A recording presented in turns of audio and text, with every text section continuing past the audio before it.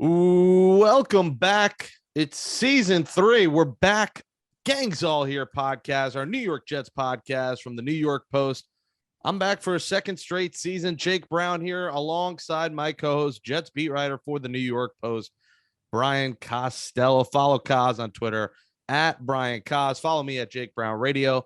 Subscribe. I'm on Apple's podcast, Spotify, Stitcher, wherever you get your podcasts. Catch up on all old episodes of the program. Cause finally, the first year of this program where there's hype for the New York Jets, there's some excitement, and then it's like the Mets. This is why Mets and Jets fans, they take all of our excitement and they just rip it out of our hearts and souls with the shocking news. And glad we recorded Thursday morning because we would have missed Wednesday. Joe Flacco will start week 1. Joe Flacco will start week 2. Joe Flacco will start week 3. And maybe then we'll see Zach Wilson in week 4. What a turn of events. I mean, this went from 2 to 4 weeks to maybe week 1 to probably week 2 to now he's not playing till potentially in Pittsburgh in week 4. I mean, they sure have a flair for the dramatic. Coach Sala really teased us all a little bit this week. Yeah, I always thought he'd miss 2 games, Jake. That was from the start, kind of what I heard was they thought 2 games. So I guess I was mildly surprised it was 3. The big change was I don't understand what Saleh was thinking Monday when he said he could possibly play Sunday. There was never a chance Zach Wilson was playing Sunday. Like, he hasn't been on the field. He can't play on Sunday when he has not been on the field in a month, right? Like, their plan right now is to have him start practicing in a few weeks, and then I'm going to guess, Jake, he's going to practice for 2 weeks before he plays in a game, right? He'll probably do a Wednesday, Thursday, Friday, then play that Sunday. So I don't understand if Saleh was trying to like be coy with the Ravens and make them think, oh my gosh, they have to prepare for Zach Wilson, or if he was trying to give Zach a chance and didn't want to just rule him out on Monday. I'm not sure what was going on there, but that was where the disconnect was, Jake. I think from my feedback from Jets fans and from what you just said, it feels like they were shocked yesterday. I was shocked Monday.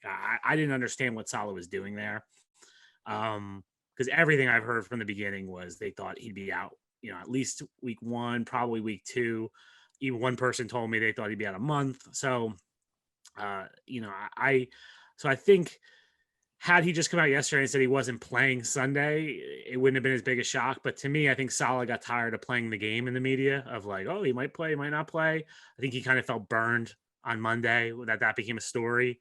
So to me, my read on yesterday was Robert Saleh saying like, I'm done lying to the media and to the fans. I'm just going to tell the truth, and this is the truth. Yeah, maybe it was to sell a few extra tickets for the Ravens game Sunday. Might have been. It should be a sellout. I mean, I still think there's buzz, and I'm mixed on it because this is the best offense Joe Flacco will have. It's the best offense, obviously, Zach Wilson will have. It's the best offense Joe Flacco will have, at least in a Jets uniform. And I know he hasn't won of late. He hasn't won in years as a starting quarterback. He's been a backup. He has his revenge game. I love the storyline. I think he's got enough talent around him for the Jets to win 1, maybe 2. If they win Sunday, and we'll preview the game in a bit, you go to Cleveland against Jacoby Brissett. I don't want to get ahead of anyone. They got to win a game in September. It hasn't happened in 4 years since Sam Darnold's first start, which first throw was a pick 6 in Detroit. How about that? But, I think there is a shot that he could win at least 1, maybe 2 games. Let's play Robert Saleh talking about this injury. So what happens now? Is it a week-to-week decision now? No, I'm to be honest with you guys, and I'm just going to lay this out. So I really don't want to talk about the situation anymore. So the earliest he's going to be available is Pittsburgh. That's going to be the earliest. And just from everything we gathered over the last couple of days, now can it change? Sure, I'm always going to leave that door open. You guys know me; I'm the eternal optimist, but. We are going to make sure that both mind and body are 110%. Make sure we do right by him, and we feel like talking to the doctors and everyone, it's going to be that Pittsburgh week. Well, that's different, Robert, though, right, than initially you thought. Yeah, he hasn't. No, there was always that hope. You guys know me. There's always that hope, but after all the information gathering. It's not worth the risk in terms of getting him out there and just making sure that there's the knee element, there's the mind element, there's the practice element, there's just a whole lot of things other than the knee. He hasn't had a setback. He looks fantastic. He still looks good. He feels good, and you guys are going to get a chance to talk to him. You guys will see him. He's not walking with a limp or anything. But just gathering all the information and talking to their doctors along with ours, we're just going to end it until Pittsburgh. Yeah, a lot changed, Kaz. Audio courtesy of SNY in the last 24 hours, 48 hours.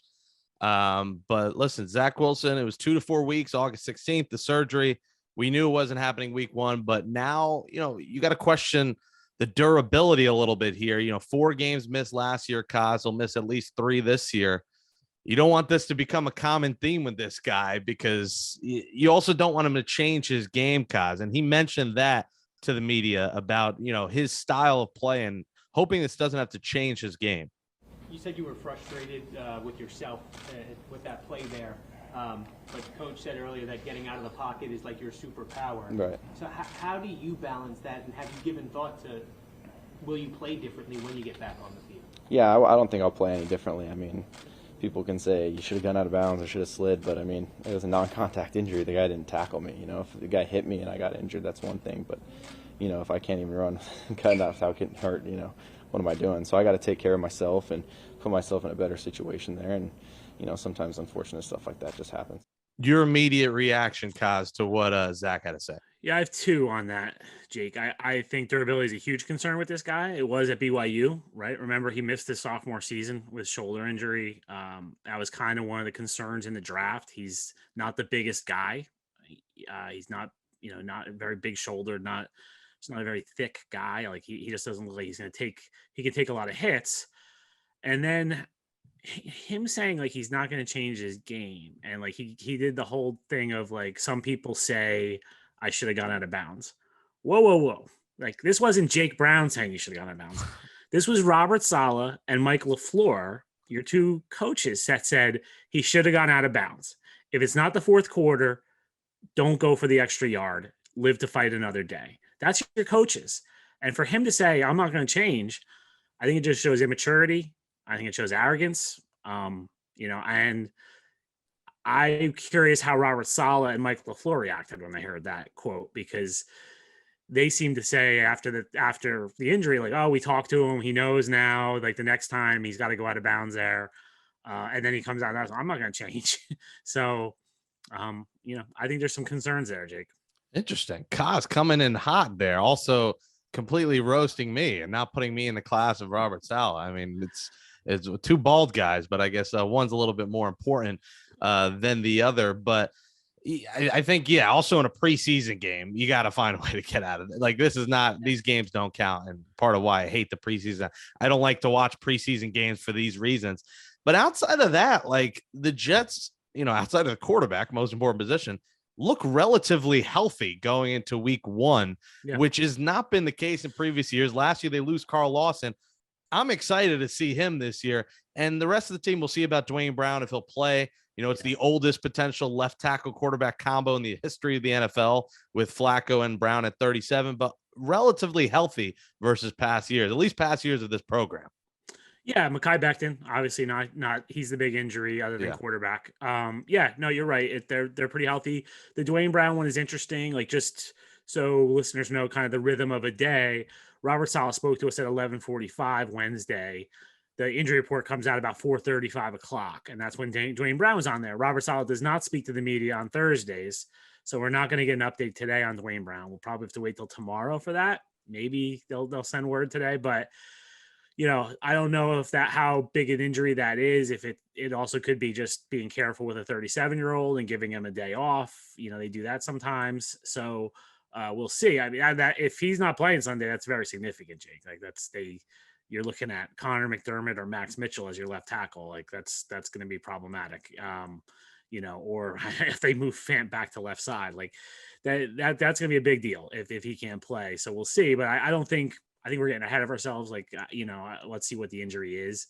But yeah, they're pretty healthy. DJ Reed has a knee injury that you got to watch, but he practiced yesterday. So I think, he'll be okay, but you're right. They're going in a little healthier, and I'm curious. They were, it was Club Med, Jake, from, May, June, August. Like, this was the lightest practices I've ever seen in my life. They were doing it because they're worried about injuries. So now when these guys have to go from 0 to 60 and play, I'm curious to see if the injuries pop up now in the regular season because they're actually playing football. Are you concerned with their compete ability here because of these light practices going into a game against the physical Ravens bunch? No, because everyone does it. Like, the Ravens didn't play anyone in preseason. If you look at their preseason games, they didn't play. I don't think the Ravens had any joint practices. The joint practices against the Falcons were probably the best practices of the season. Those were a little more physical of the preseason, I should say. So, yeah, I think everyone's in the same boat now, Jake. Everyone in the NFL does these practices, and there's a lot of rules about padded practices, things like that. But so I don't think it'll affect compete at all. I'm just curious, if these guys go all of a sudden are going hardcore for 60 minutes. Do they hurt a hamstring? Do they hurt a groin and muscle? Do things pop up like that because they're actually going all out? Yeah, it's going to be interesting to see, but the revenge game is here as we look to week 1, and then we'll give you our season predictions. But looking at week 1, first off, Joe Flacco, 11 seasons with the Ravens, 2008 to 2018. This is a guy that threw for 38,000 yards, 212 touchdowns. Here's the problem. He's 0-5 as the Jets starting quarterback. He's had no continuity here. Doesn't know when he's coming in. Wasn't even positive until, yesterday that he was officially going to start Sunday. I know he had in the back of his mind. Yeah, he knew.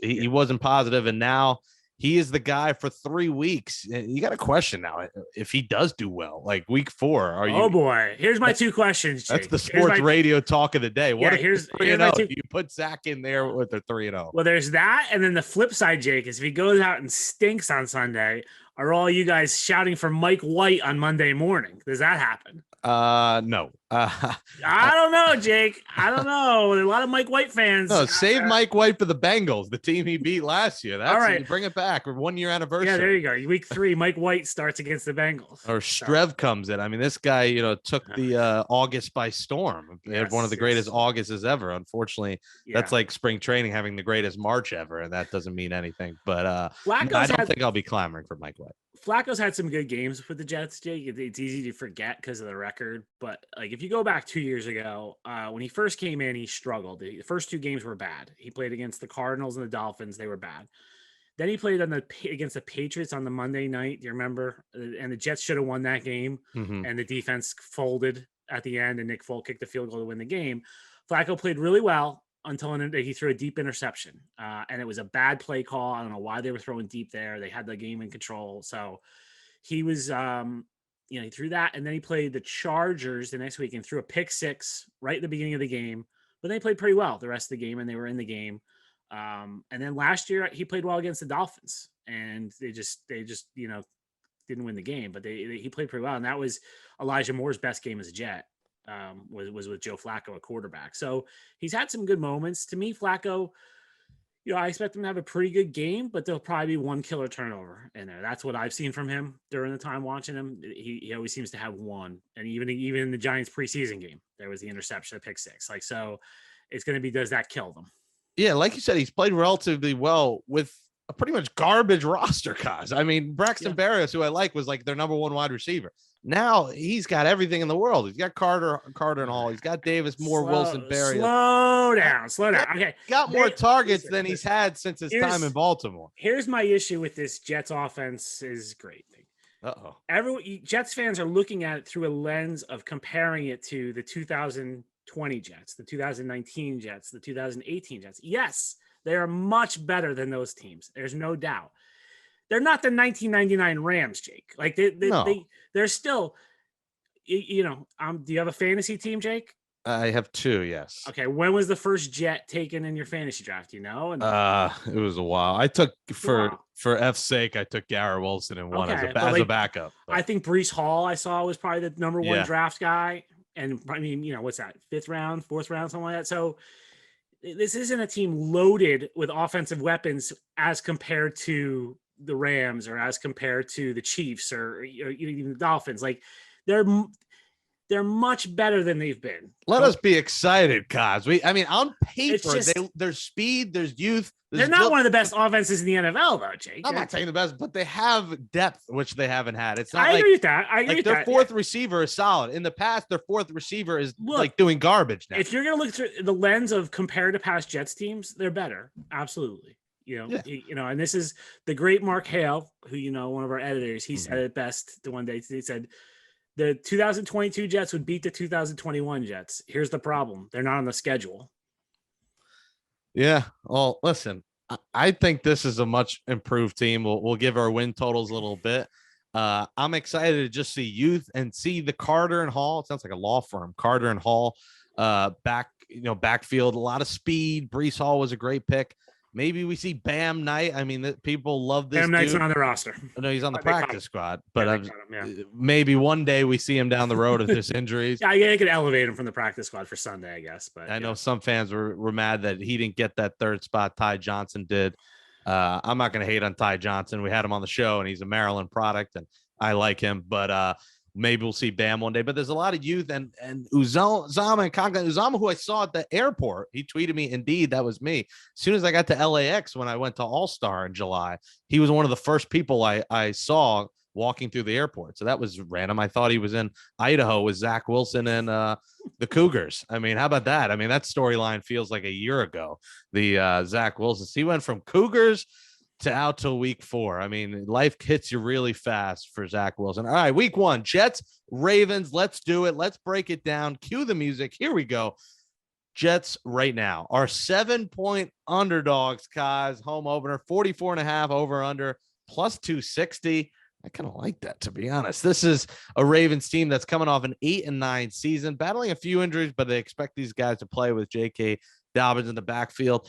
This team, Kaz, doesn't have a ton of receiver depth to me with Duvernay, Proche, Bateman. They're not throwing the ball, Jake. That isn't what the Ravens are coming here to do. If they contain Lamar Jackson, they can win this football game. I know that's saying a lot. It's not easy. Their receivers are the tight ends, Jake. That's Mark Andrews, this rookie Isaiah Likely. Those guys are going to be their top pass receivers. The fullback, Pat Ricard. That's their game, not throwing to the receivers as much. I think the Jets will stop the run game. The question is, will they stop Lamar as part of that run game? Can they stop him when he breaks out on the outside? All right, break this game down, Kaz. Make your score pick. Let's go. Week 1's tough, Jake, right? You don't know what to expect from anything. It's all new. The Ravens have a new defensive coordinator, so that's a wrinkle. But, there's something about the Ravens. I like the Ravens a lot for this season. I think I picked them to win the Super Bowl, in the season. Really? But I think they might start slow. They didn't, like I said, they didn't play anyone in the preseason, really, Jake. This whole Lamar contract thing, as much as they want to say it's not a distraction, how could it not be a distraction? He doesn't even have an agent, Jake. So he's walking off the practice field every day, and then he's probably going to the GM's office and trying to hammer out a contract. I don't know how much time he's spent in contract negotiations, but that's time he spent not working on football. So I don't understand how it's not a distraction. Dobbins, from what I hear, I'm not sure he'll play Sunday. And if he does, I don't know how effective he'll be. It doesn't sound like he's all the way back.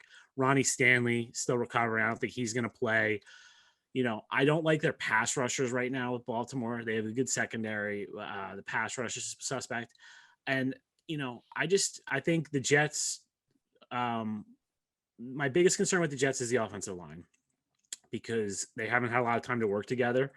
They signed Dwayne Brown in camp. He didn't really get in there until the last week of camp in terms of playing with it, with the starters. So I think they could be out of sync a little bit, but I do think this is a good game to start against in terms of that. I don't think the Ravens front is as scary as it used to be.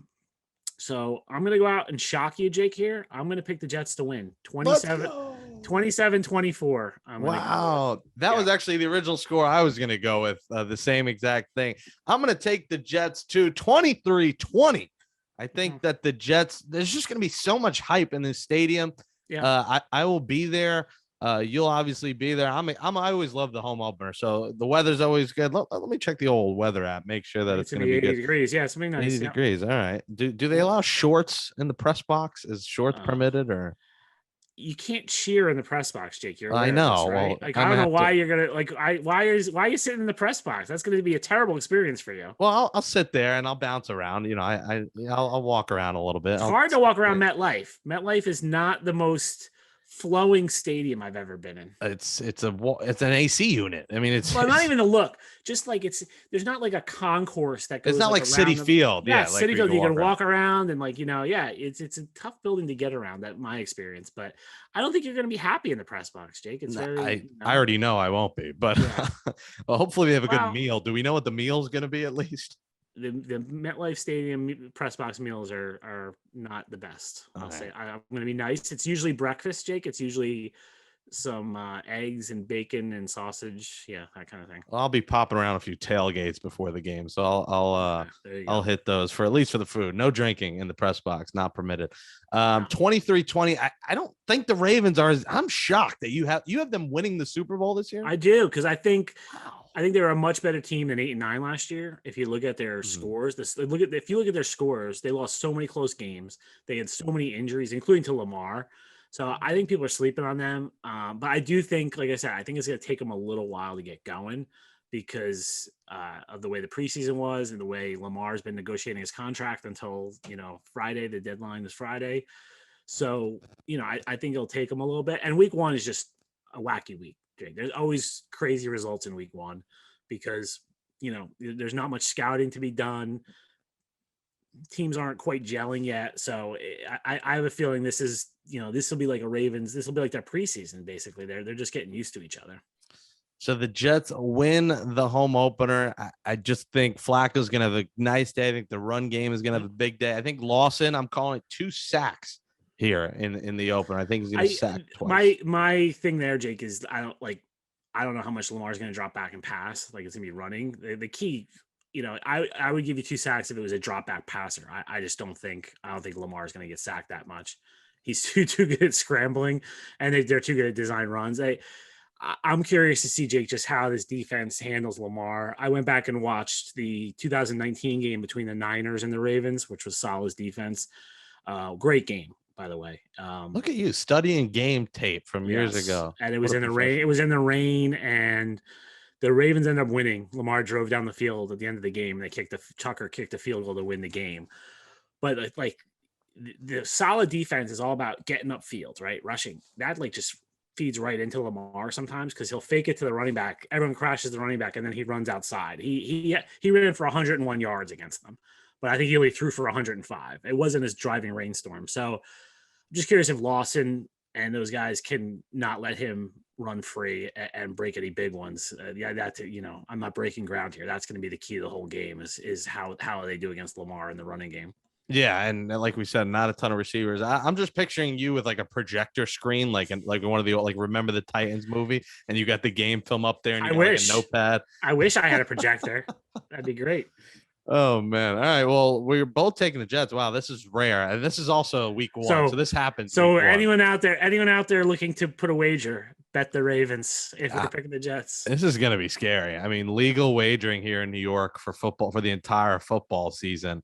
We'll see if I can get through all 18 weeks of this NFL season. It's going to be dangerous. The parlays are going to be up the wazoo this year. You might be living in the SNY studio by the end of the year, Jake. I might be living in the MetLife boiler room and stay there, and they'll keep me there. What is this disturbing thing over here, Jake? This? Yes. Before my dentist carved out my teeth, I have now even teeth. It's just a cardboard cutout that was at City Field of mine during the COVID year. Yeah, I actually have one of Figgy too. Tune into Amazing But True, and then I have my dad. It was me and my dad each had a cutout. So our tradition for home opener, we go to the Mets home opener. So 2020 there was no home opener, so we were there in cutout form in 2020. Nice little father-son thing. I think we were in a seat for the whole year. Yet it still wouldn't break my record. I'm at 57 games this year. That was a 60-game season. So I'm going to pass that mark. So I need to see a doctor for all the City Field food / Ubers I've spent to get to City Field. But Kaz, they're fun this year. I've been in full Mets mode.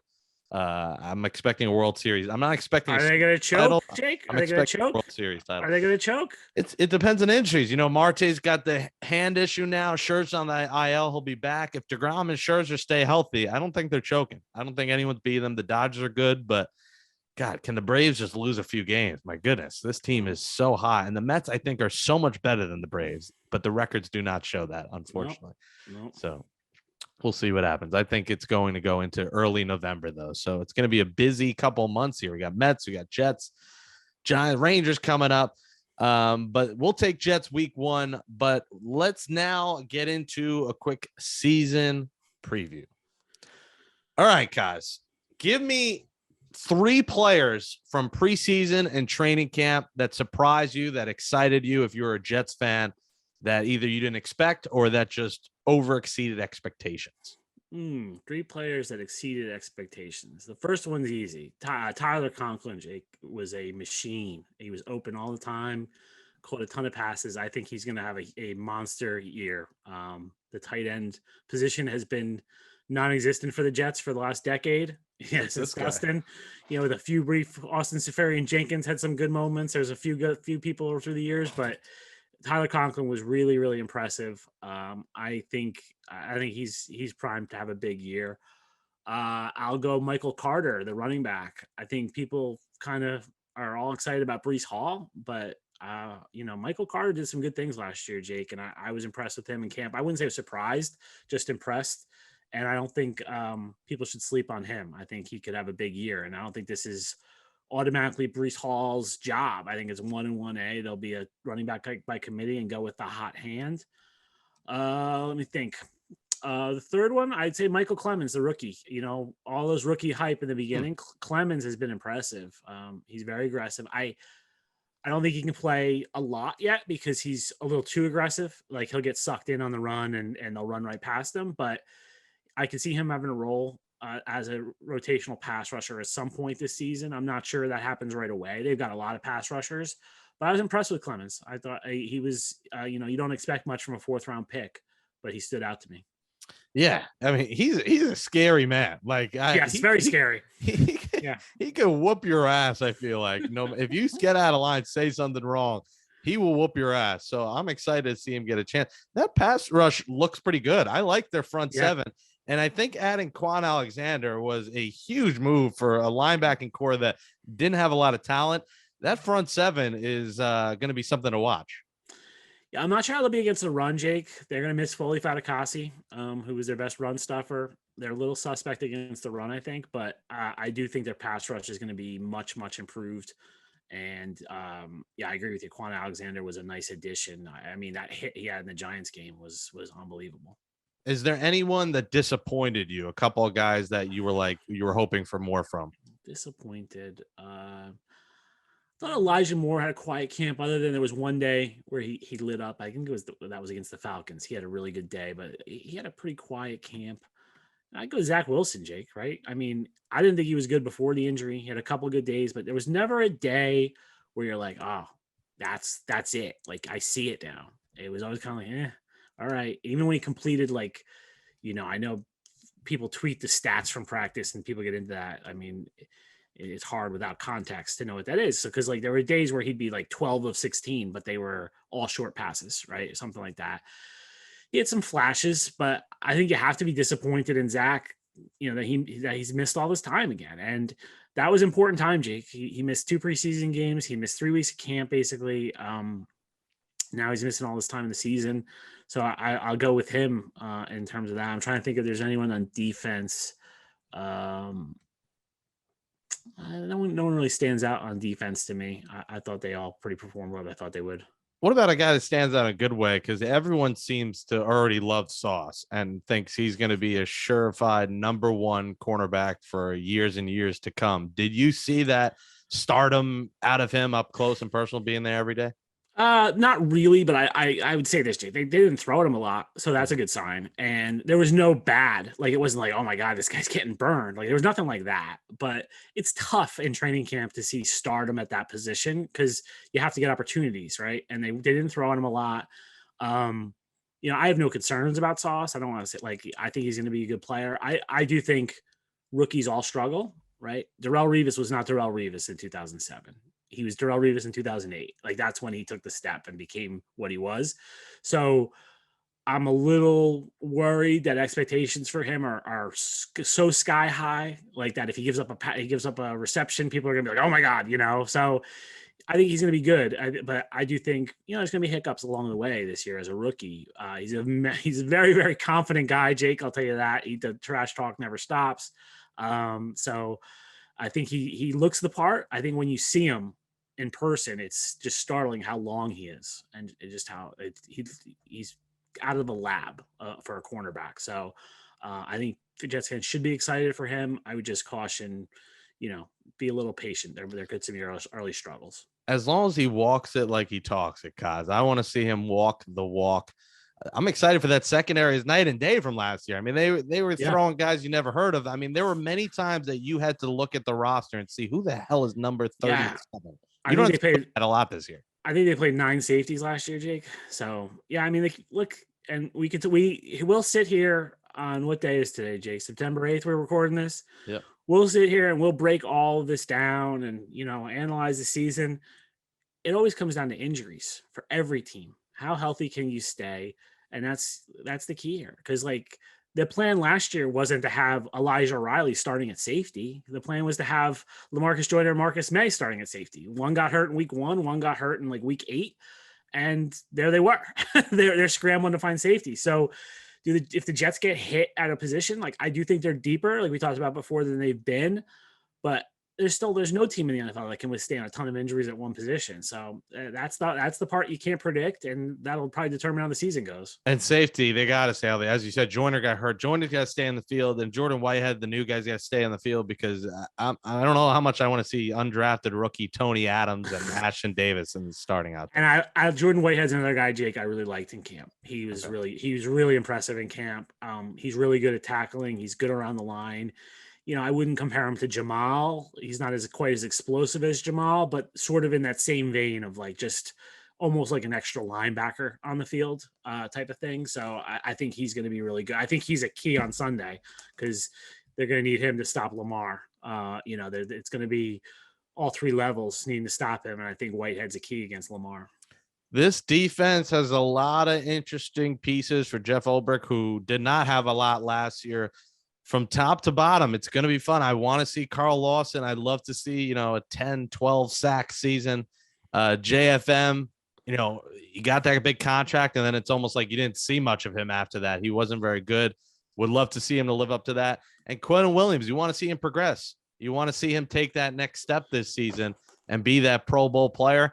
And then we'll see what we get from Jermaine Johnson. What'd you think out of him out of rookie camp? Quiet. It was a quiet camp for Jermaine Johnson. And I think there's so much depth there. I think Jermaine will have a role. I don't think it'll be a huge role right away because I do think Lawson, JFM will be the starters.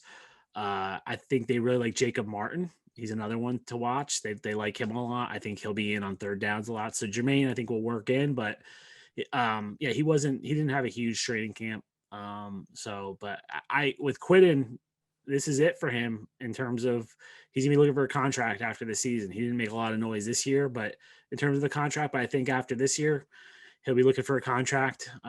He has the 5th-year option next year, but so we kind of keep waiting. Quinn's been a good player, right? But he just hasn't been that dominant player that you expected when they drafted him number 3 overall. And it always feels like he's on the verge of it. Can he take that step this year and really dominate and put up big numbers and big production for the Jets? And Jay, Carl Lawson, I think he'll have a good year. Double-digit sacks, though, that's tough, and he's never done it in his career. So, he's another guy through the Jets hype machine has been elevated to a place where I'm not sure he belongs.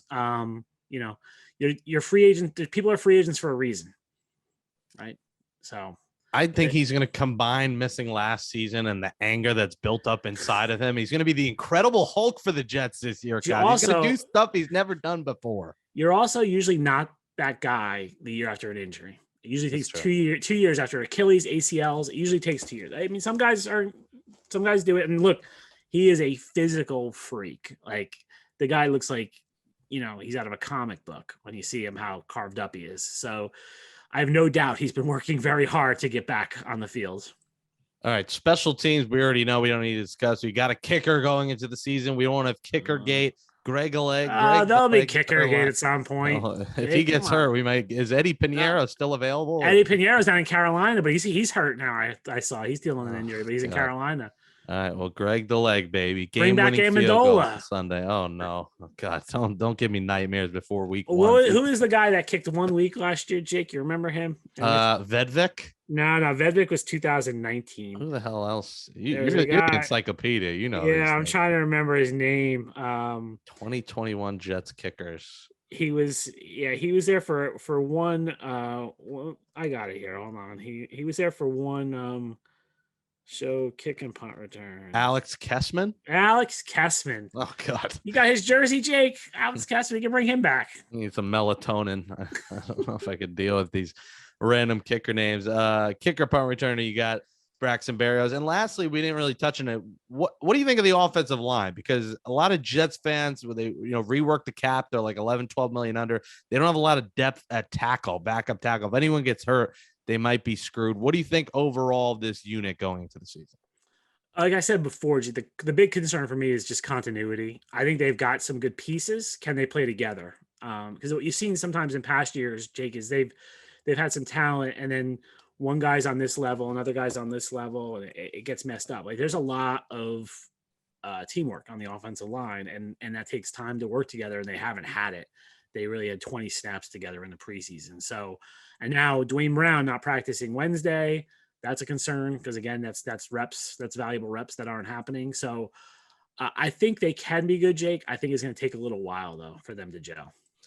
All right. We talked about the receivers, the backfield, the quarterback, the defense. Let's break down the season and make our picks. Cue the music. Kaz. 1 p.m. games to start the season. It won't be the prime time Jets. That's a beat writer's dream, Jake. A beat writer's dream. Hey, listen, I love it. It means we'll do the show every Sunday, and then week 7 at Denver is 4:00, and then another 1 Thursday night on whatever platform it's on. There's 69 platforms this year. It's on the Prime, on Amazon Prime versus the Jaguars, and then 4:00, and then likely 1. There's a lot of 1 o'clocks, Cos. It seems like you're not going to have many long nights. Well, you have long nights watching this team. Hopefully not as many as the first 2 seasons of the show. The schedule is rough. It's a little difficult. The times are great, but the schedule a little rough. Give me your breakdown. Give me your prediction for the season. Yeah, I mean, whatever the Jets did to the NFL office, they need to fix because the NFL office did not do them any favors. I thought, Jake, the key was for the Jets to get a couple of the games that were soft early in the season, get Detroit, get Jacksonville, get Chicago, get, 1 or 2 of them in September would have really helped the cause. They didn't get that. They get the AFC North, who I think, if I told you any of those 4 teams made the playoffs this year, you probably wouldn't be that surprised. Right. The Steelers are probably maybe look at the weakest going in, but they've got Mike Tomlin, who never has a losing season. They got, Miami, Green Bay, Denver, New England, Buffalo, New England. Like that is a tough stretch. So I think this is going to be another slow start, although I do think they'll win Sunday. I think then it gets slow after that. And they could be in deep trouble by the bye week. And then I think, it'll be the classic win a couple games late for the Jets. You're not going to like this, Jake. You're not going to like this. Don't say 5-12. I'll do you one better. 4-13, Jake. No way. There's no way. You actually think they're only going to win 4 games again? Yes, I do. Really? Like I said, they're better, but they're not better than the teams on their schedule. But how are they better and not win more games? Because they're not better than the teams on their schedule, Jake. They're not. They're better. How many games are they? Here you go. You're a gambler. Give me the 4 that you think they'll win then. You're a gambler, right, Jake? Unfortunately, yes. How many games are the Jets favored in to win in this year? Favored in? Probably 4 or the first 5. The first game they're favored in is Chicago on November 27th, Jake. You'll still be digesting your Thanksgiving meal the first time the Jets are favored in a game, right?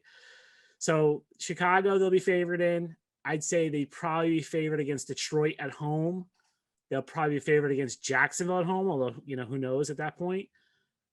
I don't think they'll be favored in Seattle. they might be better than Seattle, but it's in Seattle. So like, Please beat Geno Smith. Come on. I'm not saying they can't win. The 4 games they win, I don't know. They're going to win. There's always a game they win that you're like, how the heck did they win that game? Right. Well, that's week 1, I guess. That's week 1 for me. Yep. That's week so you're 1. saying Ravens, Lions, Jaguars are 3, and then one more Bears. And then one more Bears. Yeah, I'll give you Bears. So, that's it. Wow. Okay. So Kaz is going rock bottom. I didn't even think they could get that low again. 4-13. Well, Kaz, I'm going to be a little bit more positive. I'm not going to say 9-8. I was very close to saying. I thought you were going to go 13-4, Jake. No, I haven't. I haven't done that many drugs. I'm not going to say 8-9, although I wanted to. I'm going to say 7-10 for the Jets this season. As I look at the schedule, let me see the 7 wins. I'm going to say they beat the Ravens. I don't think the Browns are that good, and with Jacoby Brissett, it's hard for me to say the Jets are going to start 2-0, but for now, let's just say they win that. They'll lose to Bengals. They'll lose to Steelers. I think they're going to win one of the Dolphins games. So I'll say that's the 3rd win. I'll say they beat the Patriots once. This isn't your mom and pop's Patriots. That's 4. I'll say they beat the Lions 5. I'll say they beat the Jaguars 6. And I'll say they beat the Seahawks 7. So there's my 7 wins right there. Yeah, I could see that, Jake, if everything breaks right for them. Like if they have no injuries and good quarterback play, right? Like they get that, like maybe that happens. So you see 7-10 as the ceiling? That's the ceiling to me. Yeah, really? I see 9-8 as the ceiling, and I see 5-12 as the bottom. What's the most important position in all of professional sports? Quarterback. That's why Zach's got to come back. He better be healthy and better be good. Yeah, I do not have any faith that Zach Wilson is going to be good this year. And I think they might be better with Joe Flacco, and so I think Flacco could do some things and surprise you, but maybe it'll be like 2015, Jake, right? Fitzpatrick coming in for Geno and steals the show. Maybe it'll be, you never know. Listen, just win games. I don't care who does it. If Flacco starts all 17 and they go 9-8, I'm fine. If Flacco starts 17 and they're 5-12, I might have to give up my fandom. That won't happen. That won't happen, Jake. Let's hope that, because you never know. If he re-injures himself in practice here, you just never know. Yeah, I just don't have a lot of faith in Zach Wilson. And so I think, quarterback position, if you don't have a quarterback in this league, it's tough. 4-13, Sal is fired. That means you can't go back to back 4-13 season. I think you can. I think he'd be back for one more year. The way Saleh gets fired is his train wreck, just total train wreck, which is like what Joe Judge last year, that kind of thing. You can't keep changing coaches, Jake, and he has a large contract. So I think he and Joe get another year. And I think next year is the year inside the Jets organization where they think they can do something. I think they feel like they need to add one more draft class, get these kids a little older. And remember, their best players right now, Jake, a lot of them are 22, 23 years old, facing 27, 28-year-olds, right? Someone inside the Jets said to me recently, you look at BYU, Zach Wilson's former school. Why are they good all the time, Jake? Like BYU, it's a weird school, right? Why are they good? Because their players are 28 years old, right? Because they go on Mormon missions, they come back, they're older. And it's a good point. And the Jets are sort of going to be playing a lot of older teams. I think that's going to be tough for them. So I still think they're a year away from contending. I know Jets fans don't want to hear that. The good news is I'm rarely right in my predictions, Jake. I think last year I picked them to go 5-12, and so I was wrong about that. They were game off, not bad. Game off, and then and the year that they went 2-14, I was way off. I think I had to win in 7 games that year or something like that. So I just have trouble looking at this roster and be like, they're only going to win 4. I get what you're saying. Quarterback play is important. I just think it's so far improved of a roster that to win the same amount of games, even with a tougher schedule, would blow my mind. It wouldn't blow my mind because it's the Jets. I mean, it's the goddamn Jets, but like, gotta win at least 6. Even 5 is not going to excite me. Yeah, like I said, I wouldn't be shocked if they win 6. Like it's not like, oh my god. I think you'll be shocked if they win 8 or 9. Yes, I'll be shocked if they win 8 or 9. Yeah, 6, Okay. 7, 5, 6, 7. Like, yeah, that could happen. I mean, and again, like I said before, the thing you can't predict is injuries. My experience with the Jets is it usually doesn't go well with injuries. There's usually they have like, and so maybe they're due. Maybe they're due for a year where they have good luck. They like 2015. If you go back, that's the last winning season. They had incredible luck with injuries that year. They did not have any major injuries. unless you consider Geno's a major injury, but that worked out for them. But for the most part, they were healthy, and the schedule was easy. They played some really crappy teams that year, and they got to 10-6. That's the key to the whole thing: is schedule and injuries. This schedule, there's some winnable games on it, but they're all late in the season. You also worry, Jake, does if they start 1-3, is it, oh, here we go again, 1-4, oh, here we go again, pack it in. I just don't know. Well, probably not, because it'd be the first September win in 4 years. They'll probably have a parade down the Canyon of Heroes for winning a game in September for the first time in a while. I'm going to celebrate a Mets World Series on November 5th. And then January 8th, I'm going to celebrate a 7-win Jets season. It's amazing how low our expectations are. Oh, yeah. It's a team. Yeah. And there's, like I said before, I think the Jets prism is interesting to me because, like you said, they're loaded. This roster, Jake, they don't really have many guys who've ever been to the Pro Bowl on the team. And the guys who have are older, right? Like Dwayne Brown's been to a lot of Pro Bowls, but he's 37 years old now. Laken Tomlinson was to a Pro Bowl last year as an injury replacement. Is there anyone else on offense? I don't think there's anyone else that's been to a Pro Bowl on offense. And the Pro Bowl is not that hard to get into, Jake, as you know. They take a lot of guys. On defense, CJ Mosley's been to a bunch of Pro Bowls, but he's older now too. I think that's probably it. Right? Yeah, so the roster and like what you're going on, young talent, the potential, but that's potential, right? Like we haven't seen any of them really do it yet. So you have to see them do it. Like, we were having this conversation in 2013, Jake. You would have been excited about D. Milner. And look how that worked out. If we were having this conversation in 2014, you would have been excited about Calvin Pryor. How'd that work out? Right? So you just don't know how rookies are going to play. Like, yes, the draft hype is great. I think they did a great job in the draft. It looks good. But until they actually play, you don't know. Another year where Kaz brings our hopes and dreams and he throws them off the top of my rooftop here in Astoria and onto the street, dead and alive. All right, well, we will cover you all season. I'll close out the show in a second, but we'll cover all season. Sunday night post-game shows dropping Monday morning. Thursday preview shows will drop. I'll be doing those from the SMY studios. Kaz zooming in. We'll have special guests. It'll be a fun season. I'm expecting just a more fun, competitive season. I know we say this. First 2 years, it was just brutal. I mean, doing the show, it's tough. I mean, they lose every week, and they were getting smacked around. If they could just compete, make it a fun year, this should be a fun Gangs All Here. Subscribe to the New York Post Sports YouTubes. You'll see videos there. We'll post full shows there. Apple Podcasts, Spotify, Stitcher, Kaz at Brian Kaz, me at Jake Brown Radio. We'll do a voicemail during the season. We'll have some fun new segments as well. All right. 27-24 says Kaz. I say 23-20. Kaz says a lowly 4-13. I say Jets go 7-10. We'll see you Sunday at MetLife.